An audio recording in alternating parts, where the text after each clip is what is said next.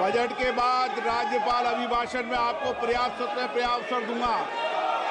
मेरा आपसे निवेदन है, नहीं माननीय अखिलेश जी, आपने संसद की मर्यादा को आप बना के रखें।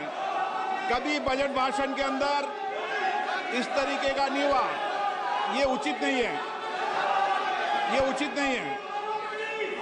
अखिलेश जी प्लीज, मैं आपको मौका दूंगा राज्यपाल अभिभाषण पे, प्लीज। नो, ये तरीका ठीक नहीं है। No,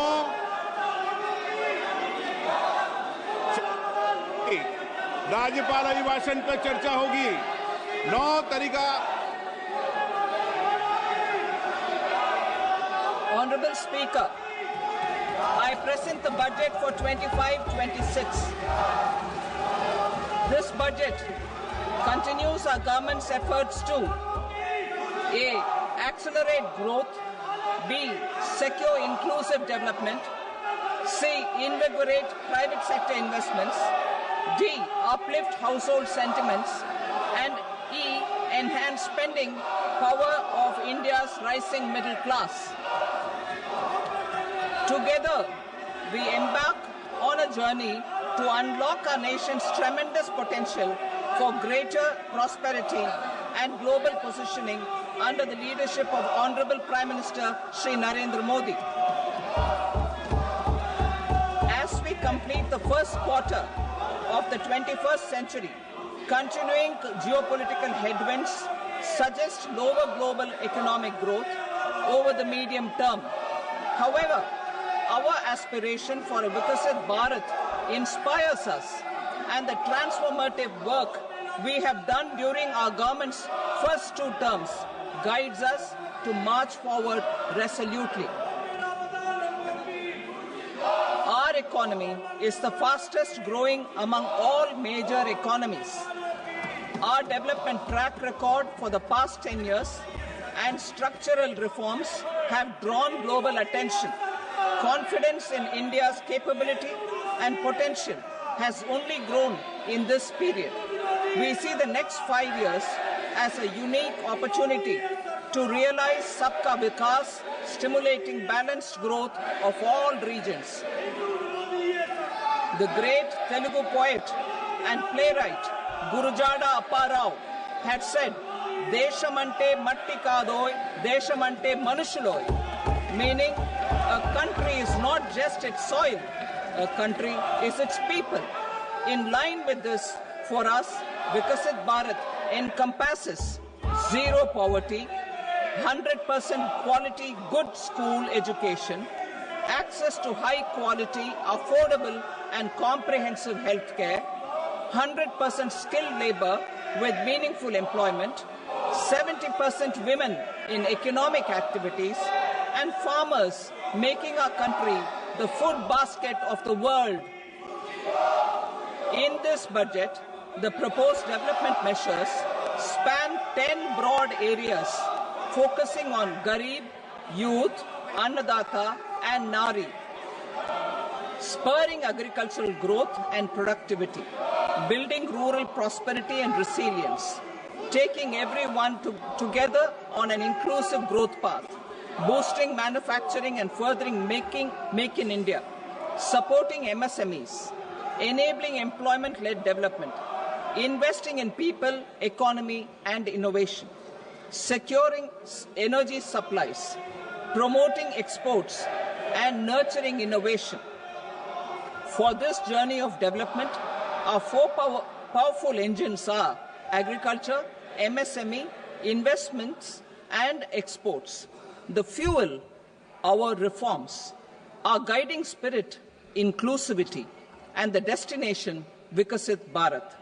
This budget aims to initiate transformative reforms across 6 domains. During the first 5 years, these will augment our growth potential and global competitiveness. The domains are taxation, power sector, urban development, mining, financial sector, and regulatory reforms. Agriculture as the first engine. Now I move to specific proposals beginning with agriculture as the first engine.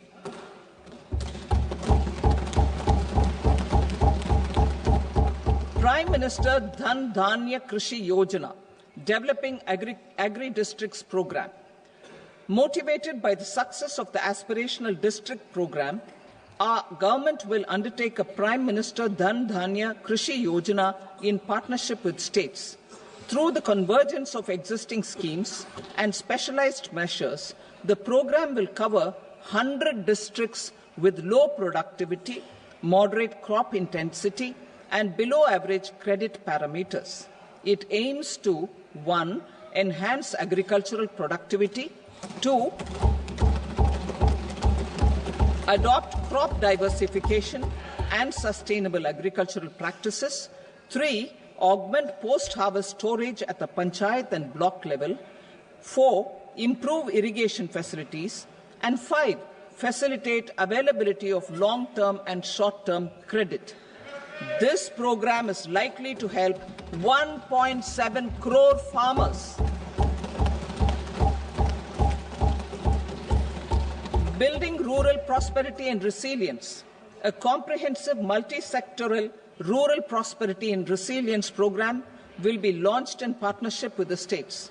This will address underemployment in agriculture through skilling, investment, technology, and invigorating the rural economy.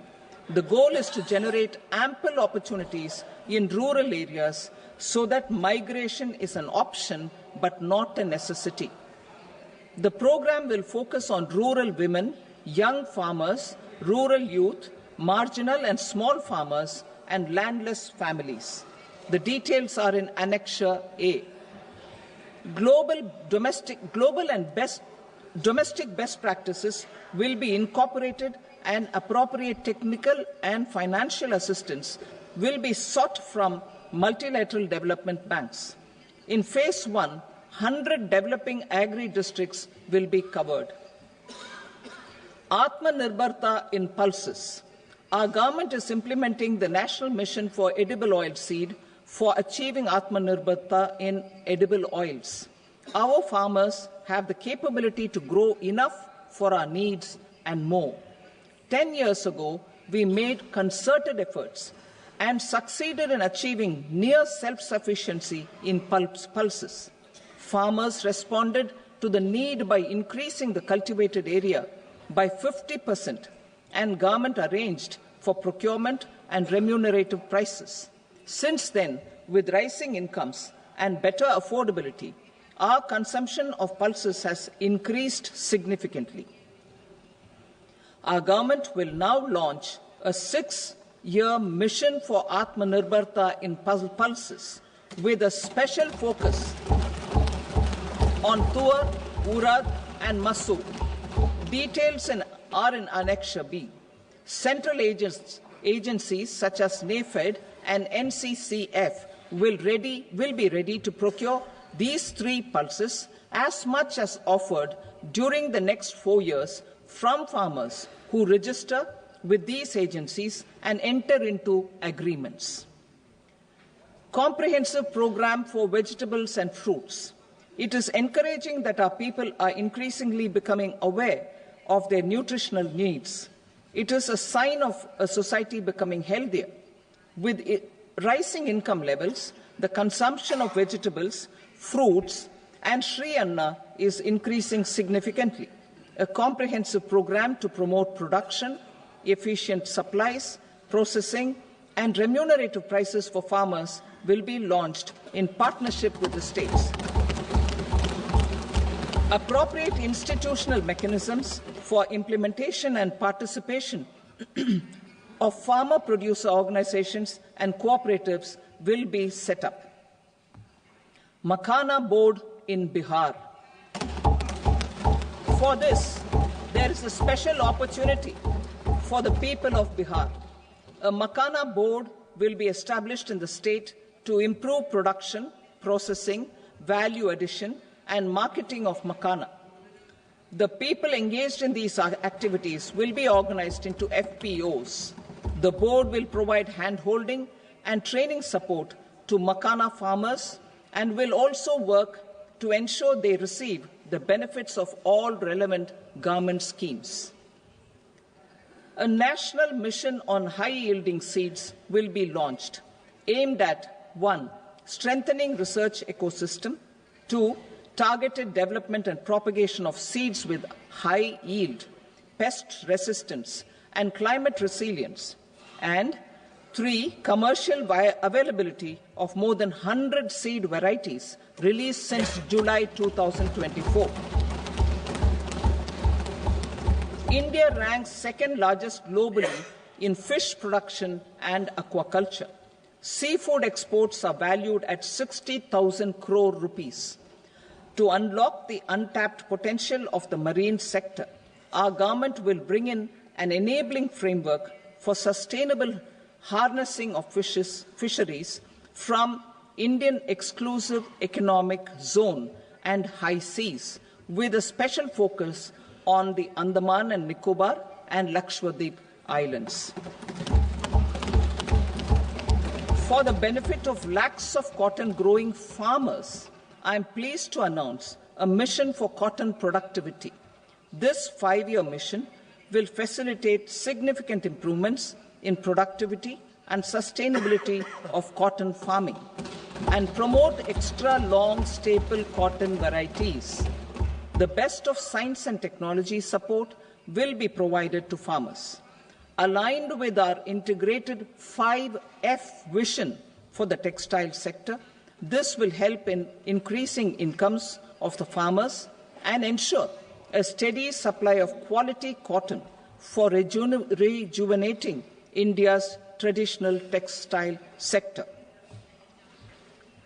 Kisan credit cards facilitate short-term loans for 7.7 crore farmers, fishermen, and dairy farmers.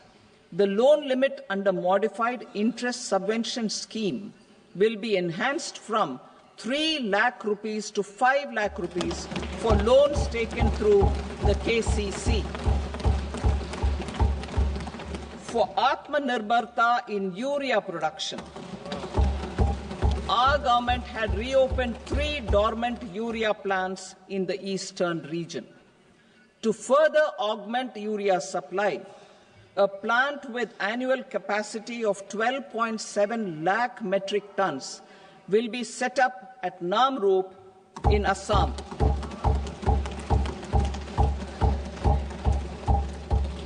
India Post, with 1.5 lakh rural post offices, complemented by the India Post Payment Bank and a vast network of 2.4 lakh Dak Sevaks, will be repositioned to act as a catalyst for the rural economy.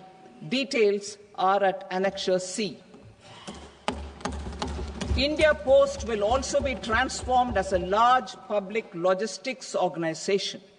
This will meet the rising needs of Vishwakarmas, new entrepreneurs, women, self-help groups, MSMEs, and the large business organizations.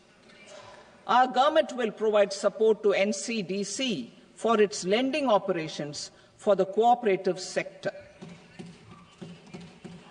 MSMEs as the second engine. Now I move to MSMEs as the second engine, which encompasses manufacturing and services with a focus on MSMEs numbering 5.7 crores. Currently, over 1 crore registered MSMEs, employing 7.5 crore people and generating 36% of our manufacturing, have come together to position India as a global manufacturing hub. With their quality products, these MSMEs are responsible for 45% of our exports. To help them achieve higher efficiencies of scale, technological upgradation, and better access to capital, the investment and turnover limits for classification of all MSMEs will be enhanced to 2.5 and 2 times respectively.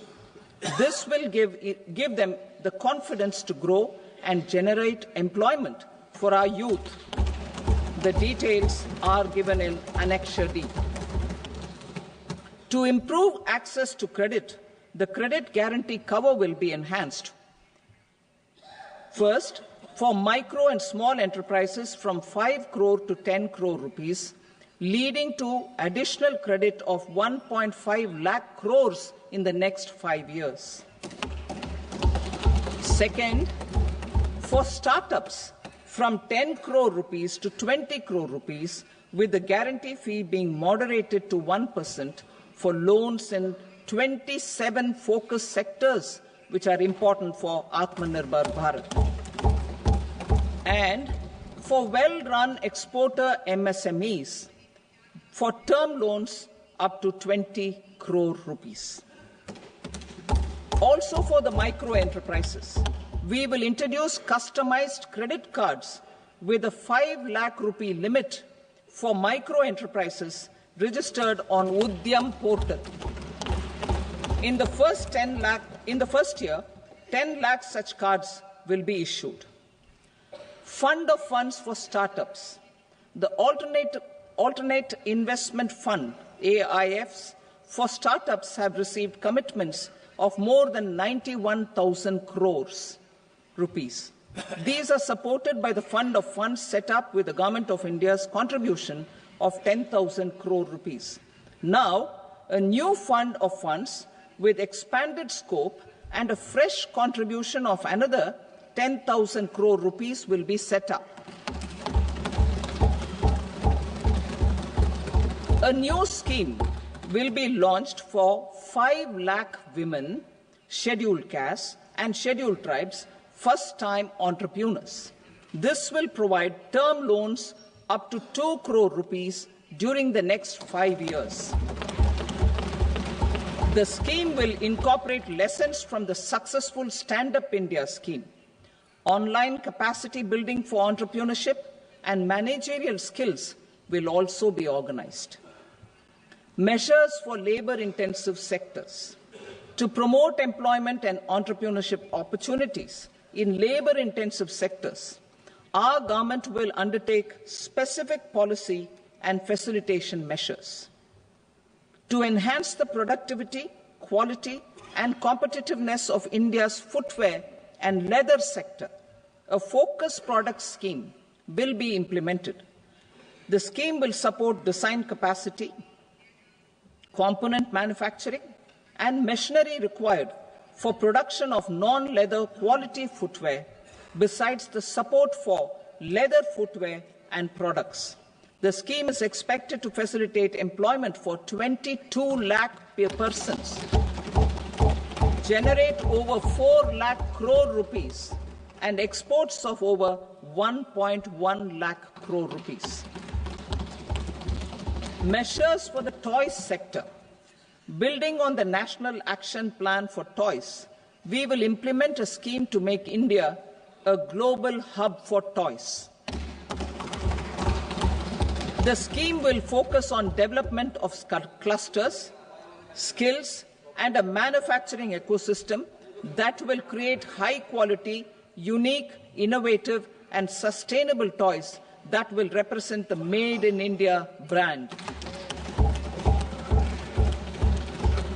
Support for food processing.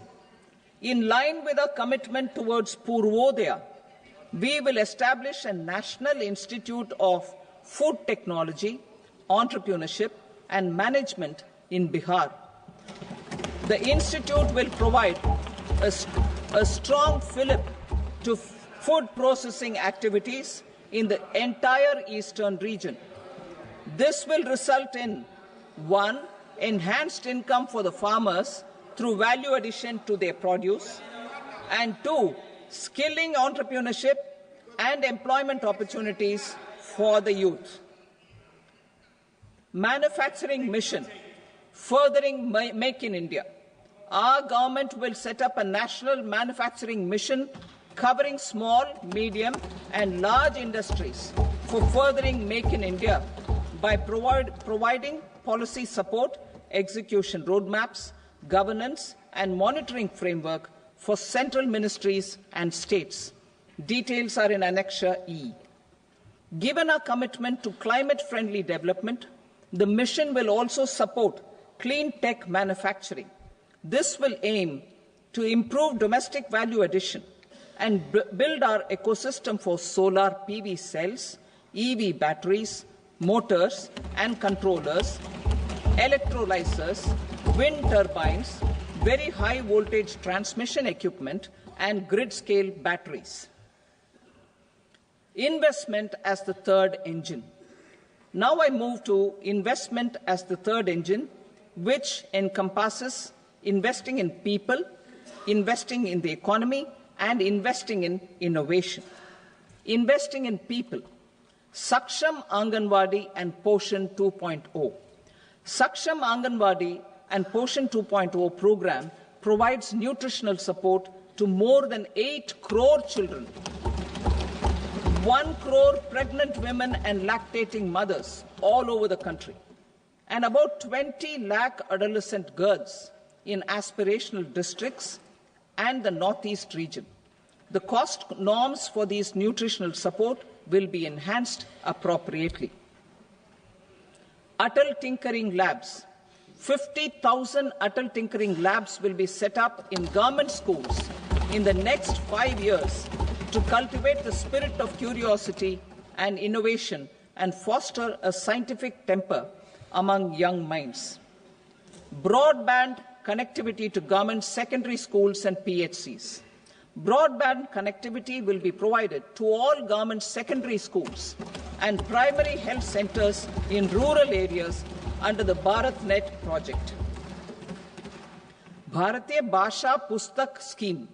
We propose to implement a Bharatiya Bhasha Pustak scheme to provide digital form Indian language books for schools and for higher education. This aims to help students understand their subjects better and in their language. National Centers of Excellence for Skilling. Building on the initiative announced in the July 24 budget, 5 national centers of excellence for skilling will be set up with global expertise and partnerships to equip our youth with the skills required for Make for India, Make for the World manufacturing. The partnership will cover curriculum design, training of trainers, and a skills certification framework and periodic reviews. Expansion of capacity in IITs. Total number of students in 23 IITs has increased 100% from 65,000 to 1.35 lakh in the past 10 years.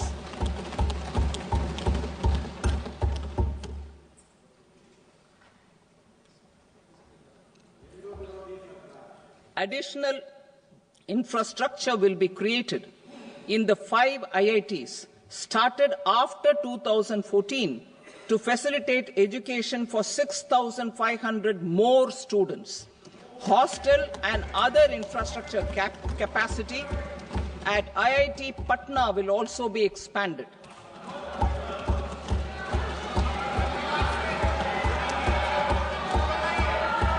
Center of Excellence.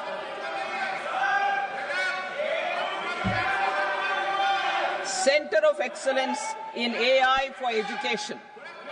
I had announced 3 centers of excellence in artificial intelligence for agriculture, health, and sustainable cities in 2023. Now a center of excellence in artificial intelligence for education will be set up with a total outlay of 500 crores. Expansion of medical education. Our government has added almost 1.1 lakh undergraduate and postgraduate medical education seats in 10 years, an increase of 130%. In the next year, 10,000 additional seats will be added in medical colleges and hospitals towards the goal of adding 75,000 seats in the next 5 years. Daycare cancer centers in all district hospitals. Our government will facilitate setting up of daycare cancer centers in all district hospitals in the next 3 years. 200 centers will be established in 25-26 itself. Strengthening urban livelihoods. Our government has been giving priority to assisting urban poor and vulnerable groups. A scheme for socio-economic upliftment of urban workers will be implemented to help them improve their incomes, have sustainable livelihoods, and a better quality of life. PM Swanidhi scheme has benefited more than 68 lakh street vendors, giving them respite from high-interest informal sector loans. Building on this success, the scheme will be revamped with enhanced loans from banks, UPI-linked credit cards with 30,000 rupees limit, and capacity building support. Social Security Scheme for welfare of online platform workers. Gig workers of online platforms provide great dynamism to the new age services economy. Recognizing their contribution, our government will arrange for their identity cards and registration on the e-Shram portal. They will be provided health care under PM Jan Arogya Yojana. This measure is likely to assist nearly 1 crore gig workers.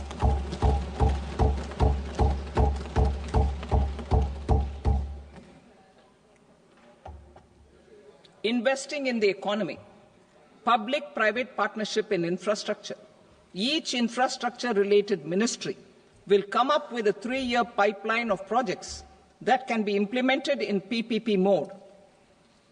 States will also be encouraged to do so and can seek support from the India Infrastructure Project Development Fund, which is a scheme to prepare PPP proposals. Support to states for infrastructure. An outlay of 1.5 lakh crore is proposed for the 50-year interest-free loans to states for capital expenditure and incentives for reforms. Building on the success of the first asset monetization plan announced in 2021, the second plan for 2025 to 30 will be launched to plow back capital of 10 lakh crore in new projects. Regulatory and fiscal measures will be fine-tuned to support the plan. Jal Jeevan Mission. Since 2019, 15 crore households representing 80% of India's rural population have been provided access to portable tap water connections. To achieve 100% coverage, I am pleased to announce the extension of this mission until 2028 with an enhanced total outlay.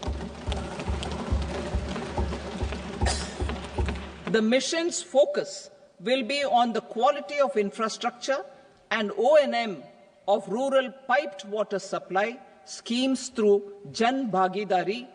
A separate MOU or separate MOUs will be signed with the states and union territories to ensure sustainability and citizen-centric water services delivery.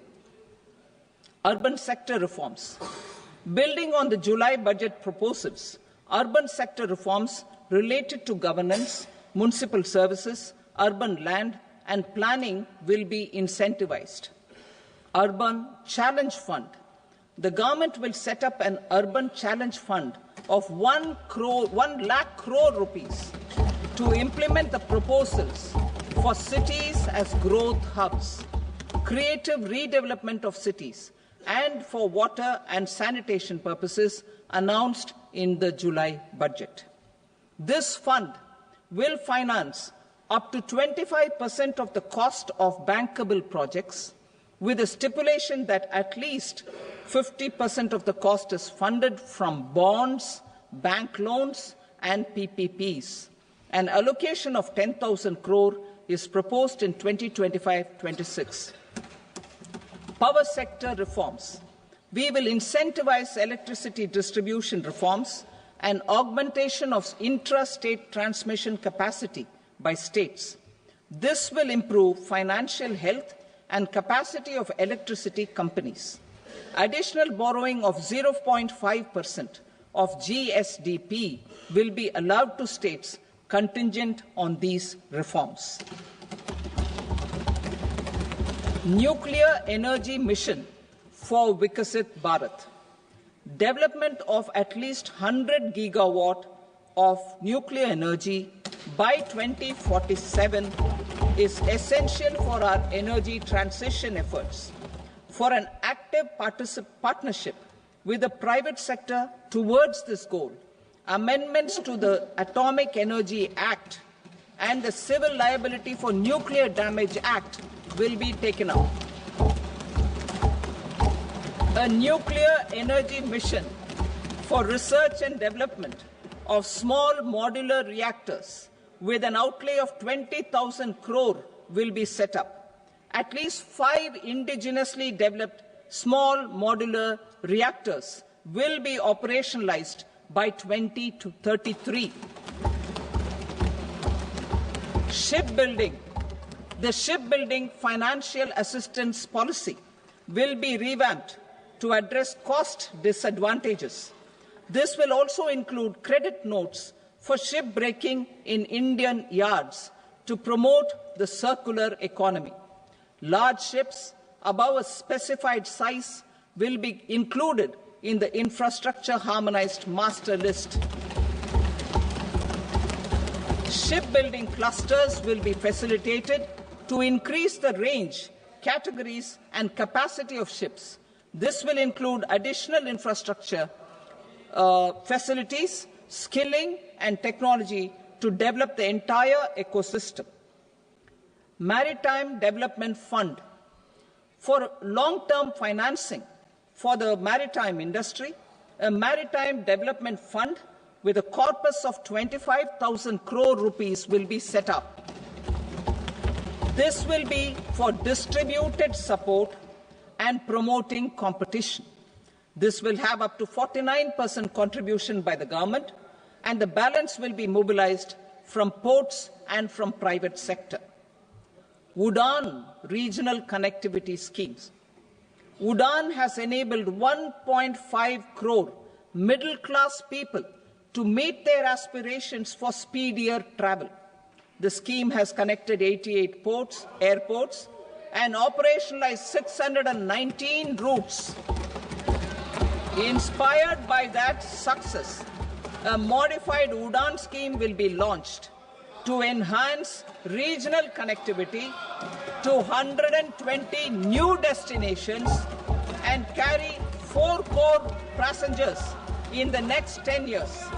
4 crore additional passengers in the next 10 years. The scheme will also support helipads and smaller airports in hilly, aspirational and northeast regional districts. Greenfield airports will be facilitated in Bihar to meet the future needs of the state. These will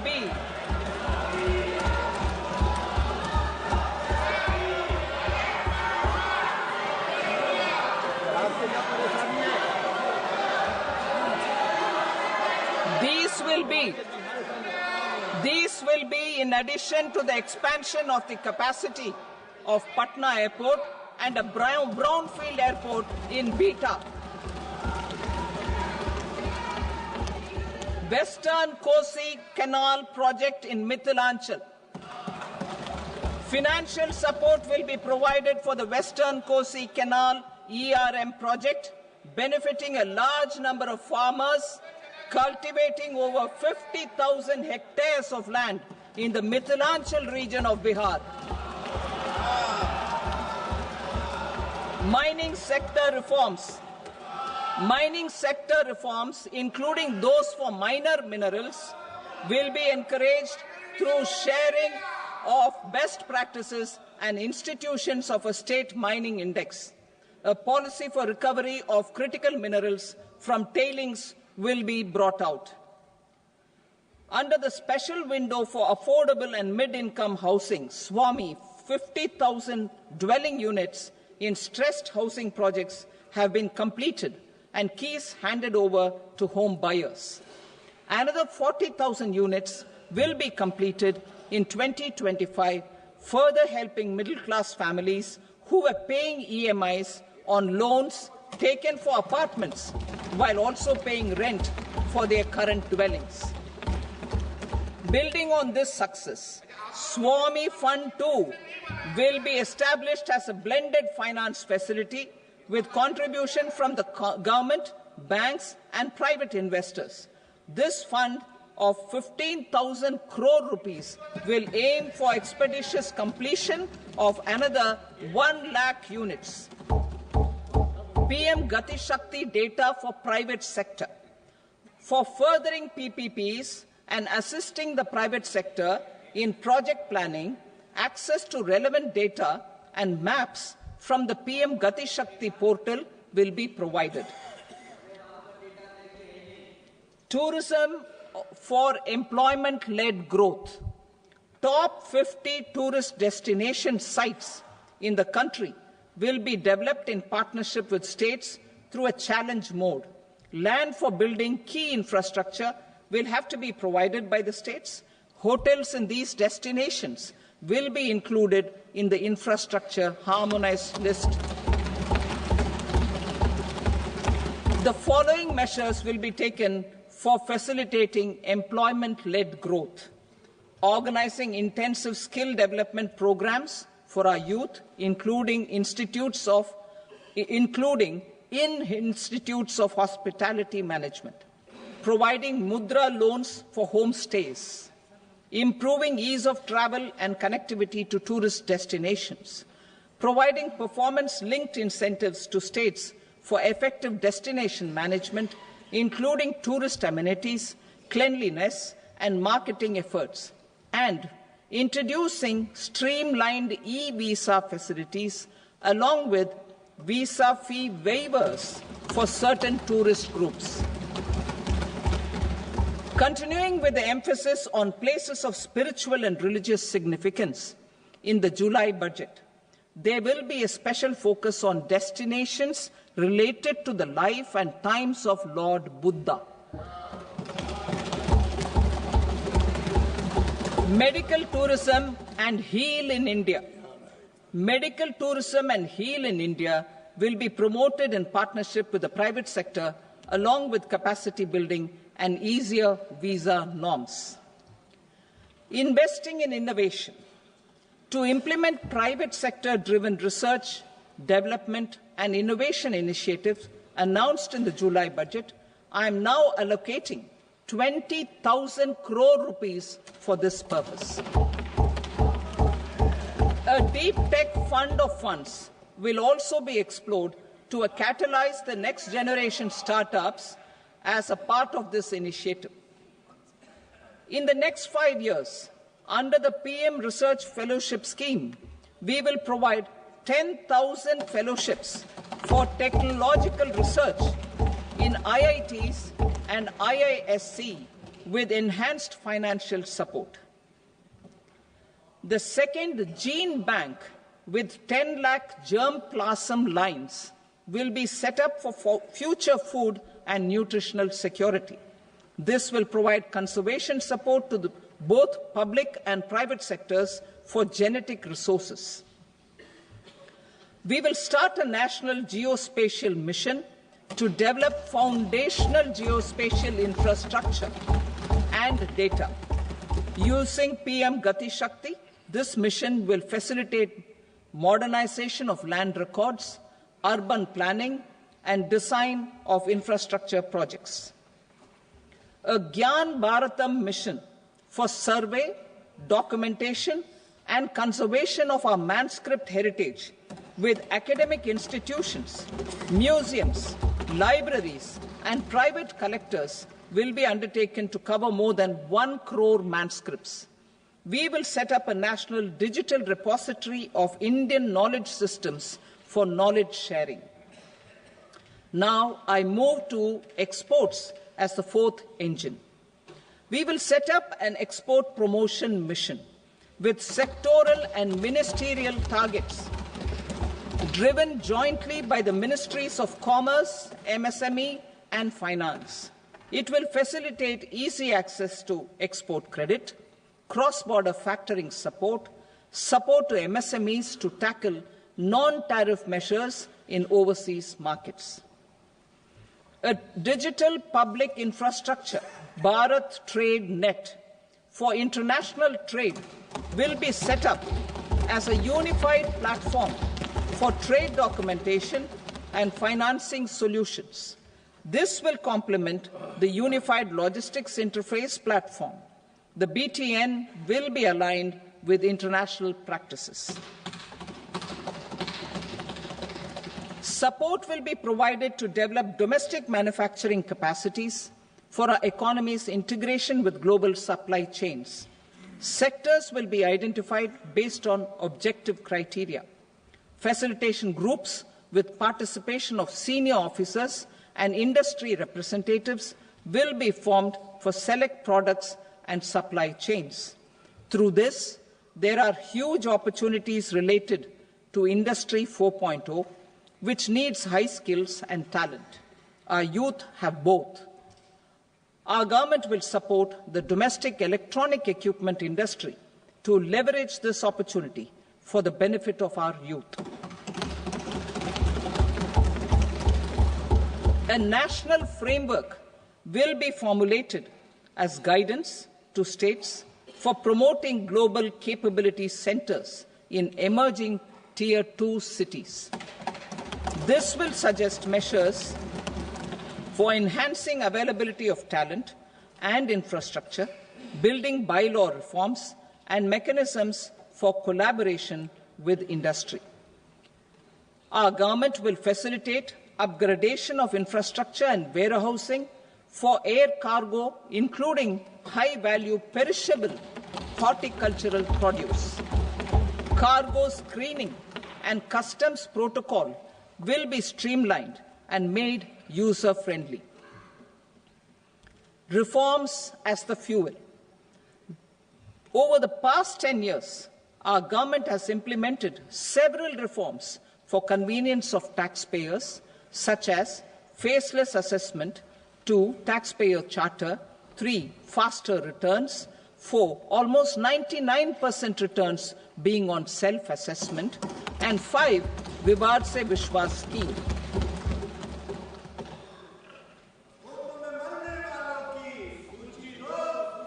Continuing these efforts, I reaffirm the commitment of the Tax Department to trust first, scrutinize later.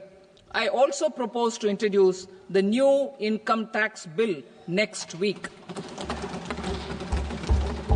I will detail the indirect tax reforms and changes in direct taxes in Part B. Financial sector reforms. The FDI limit for the insurance sector will be raised from 74 to 100%. This enhanced limit will be available for those companies which invest the entire premium in India. The current guardrails and conditionalities associated with foreign investment will be reviewed and simplified. The services of India Post Payment Bank will be deepened and expanded in rural areas. NABFID will set up a partial credit enhancement facility for corporate bonds for infrastructure. Public sector banks will develop Grameen Credit Score framework to serve the credit needs of SHG members and people in rural areas. A forum for regulatory coordination and development of pension products will be set up. To implement the earlier announcement on simplifying the KYC processes, the revamped Central KYC Registry will be rolled out in 2025. We will also implement a streamlined system for periodic updating. Requirements and procedures for speedy approval of company mergers will be rationalized. The scope for fast-track mergers will also be widened and the process made simpler. As proposed in the interim budget, we signed bilateral investment treaties with 2 countries in 2024. To encourage sustained foreign investment and in the spirit of First Develop India, the current model BIT will be revamped and made more investor-friendly. In the last 10 years, in several aspects, including financial and non-financial, our government has demonstrated a steadfast commitment to ease of doing business. We are determined to ensure that our regulations must keep up with technological innovations and global policy developments. A light-touch regulatory framework based on principles and trust will unleash productivity and employment. Through this framework, we will update regulations that were made under old laws. To develop this modern, flexible, people-friendly and trust-based regulatory framework appropriate for the 21st century, I propose 4 specific measures. A high-level committee for regulatory reforms will be set up for a review of all non-financial sector regulations, certifications, licenses, and permissions. The committee will be expected to make recommendations within a year. The objective is to strengthen trust-based economic governance and take transformational measures to enhance ease of doing business, especially in matters of inspection and compliances. States will be encouraged to join in this endeavour. An investment friendliness index of states will be launched in 2025 to further the spirit of competitive, cooperative federalism. Under the Financial Stability and Development Council, a mechanism will be set up to evaluate impact of the current financial regulations and subsidiary instructions. It will also formulate a framework to enhance their responsiveness and development of the financial sector. In the Jan Vishwas Act 2023, more than 180 legal provisions were decriminalized. Our government will now bring up the Jan Vishwas Bill 2.0 to decriminalize more than 100 provisions in various laws. I now move to fiscal policy. In the July budget, I had committed to staying the course for fiscal consolidation. Our endeavour will be to keep the fiscal deficit each year such that central government debt remains on a declining path as a percentage of the GDP. The roadmap for the next 6 years has been detailed in the FRBM statement. Revised estimates for 2024-25. The revised estimate of the total receipts other than borrowings is 31.47 lakh crore rupees, of which the net tax receipts are 25.57 lakh crore rupees. The revised estimate of the total expenditure is 47.16 lakh crore rupees, of which the capital expenditure is about 10.18 lakh crore rupees. The revised estimate of the fiscal deficit is 4.8% of the GDP. Budget estimates for 25-26. Coming to 25-26, the total receipts other than borrowings and total expenditure are estimated at 34.96 lakh crore rupees and 50.65 lakh crore rupees respectively. The net tax receipts are estimated at 28.37 lakh crore rupees. The fiscal deficit is estimated to be 4.4% of GDP. To finance the fiscal deficit, the net market borrowings from dated securities are estimated at 11.54 lakh crore.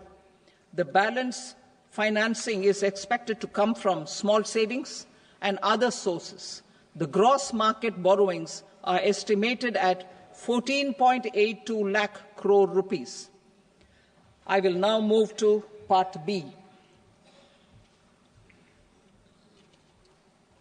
Indirect taxes. My proposals relating to customs aim to rationalize tariff structure, and address duty inversion. These will also support domestic manufacturing and value addition, promote exports, facilitate trade, and provide relief to common people. Rationalization of customs tariff structure for industrial goods. As a part of comprehensive review of customs rate structure announced in July 2024 budget, I propose to 1. Remove 7 tariff rates. This is over and above the 7 tariff rates removed in 23-24 budget. After this, there will be only 8 remaining tariff rates, including 0 rate. 2. Apply appropriate cess to broadly maintain effective duty incidence, except on a few items where such incidence will reduce marginally. 3. Levy not more than 1 cess or surcharge. Therefore, I propose to exempt social welfare surcharge on 82 tariff lines that are subject to a cess. I shall now take up sector-specific proposals. To provide relief to patients, particularly those suffering from cancer, rare diseases, and other severe chronic diseases, I propose to add 36 life-saving drugs and medicines to the list of medicines fully exempted from basic custom duty.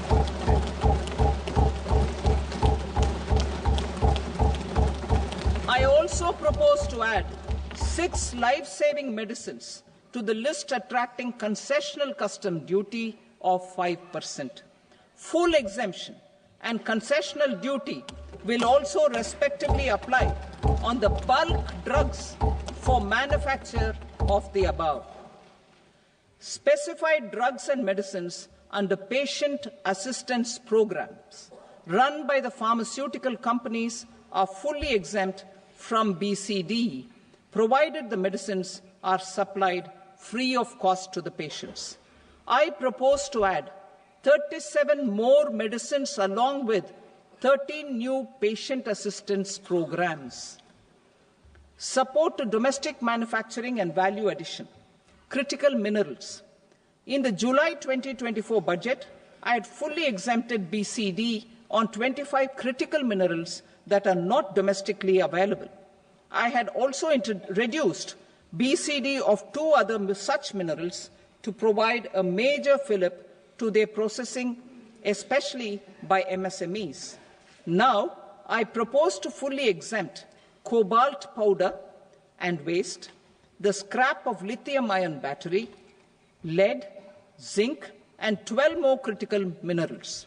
This will help secure their availability for manufacturing in India and promote more jobs for our youth.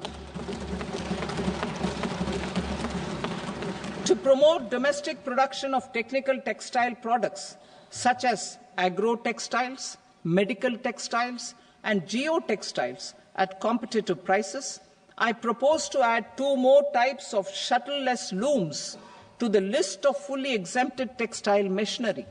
I also propose to revise the BCD rate on knitted fabrics covered by 9 tariff lines from 10 or 20 to 20% or 115 rupees per kg, whichever is higher. Electronic goods. In line with our Make in India policy and to rectify inverted duty structure, I propose to increase the BCD on interactive flat panel display from 10% to 20% and reduce the BCD to 5% on open cell and other components. In 23-24 budget, for the manufacture of open cells of LCD, LED TVs, I had reduced the BCD on parts of open cells from 5% to 2.5%. To further boost the manufacture of such open cells, the BCD on these parts will now stand exempted. Lithium-ion battery. To the list of exempted capital goods, I propose to add 35 additional capital goods for EV battery manufacturing and 28 additional capital goods for mobile phone battery manufacturing. This will boost domestic manufacture of lithium-ion batteries both for mobile phones and for electric vehicles. Shipping sector. Considering that shipbuilding has a long gestation period, I propose to continue the exemption of BCD on raw materials, components, consumables, or parts for the manufacture of ships for another 10 years.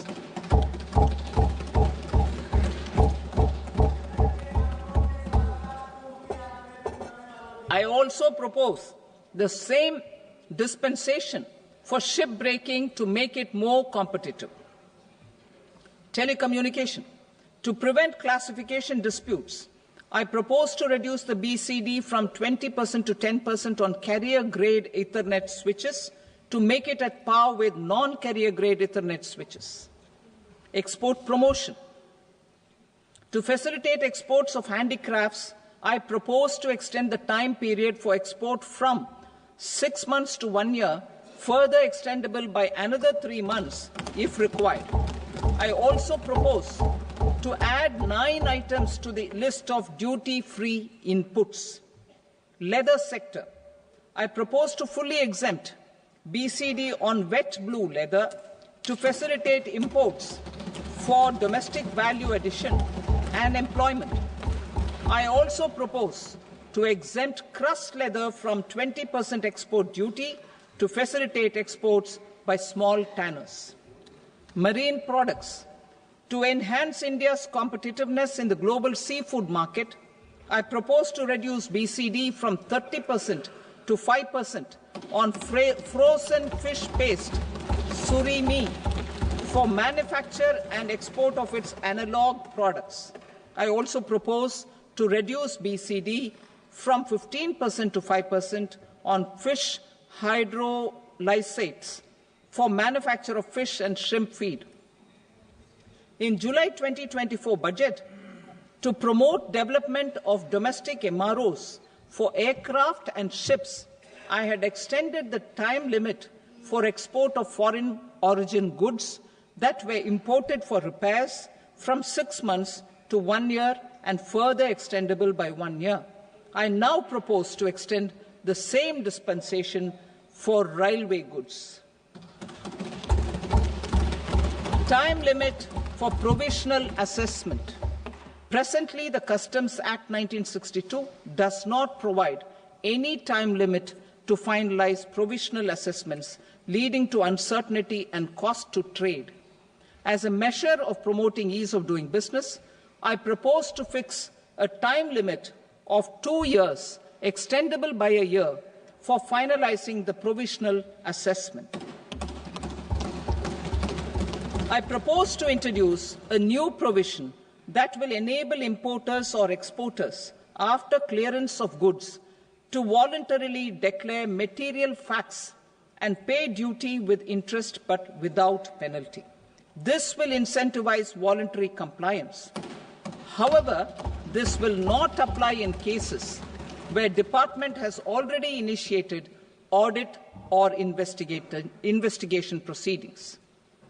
For industry to better plan their imports, I propose to extend the time limit for the end use of imported inputs in the relevant rules from 6 months to 1 year. This will provide operational flexibility in view of cost and uncertainty of supply. Further, such importers will now have to file only quarterly statements instead of a monthly statement.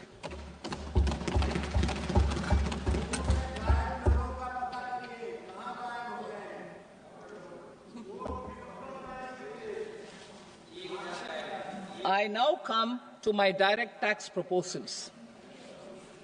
In Part A, I have briefly underlined taxation reforms as one of key reforms to realize our vision of Vikasit Bharat.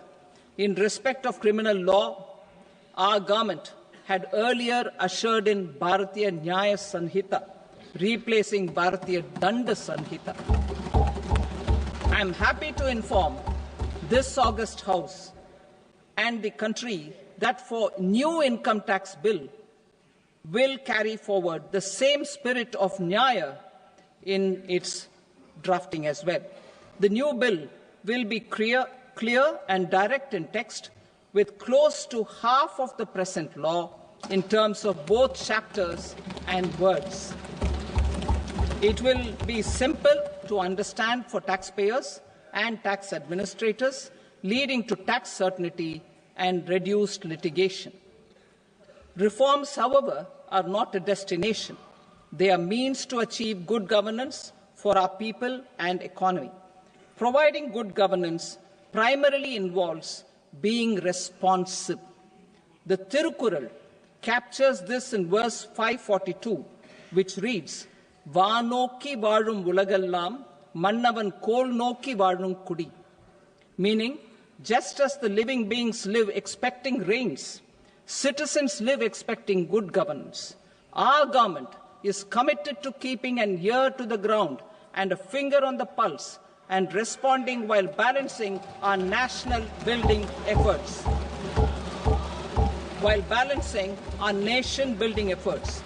The following measures will detail just how our government will, under the guidance of PM Modi, has taken steps to understand and address.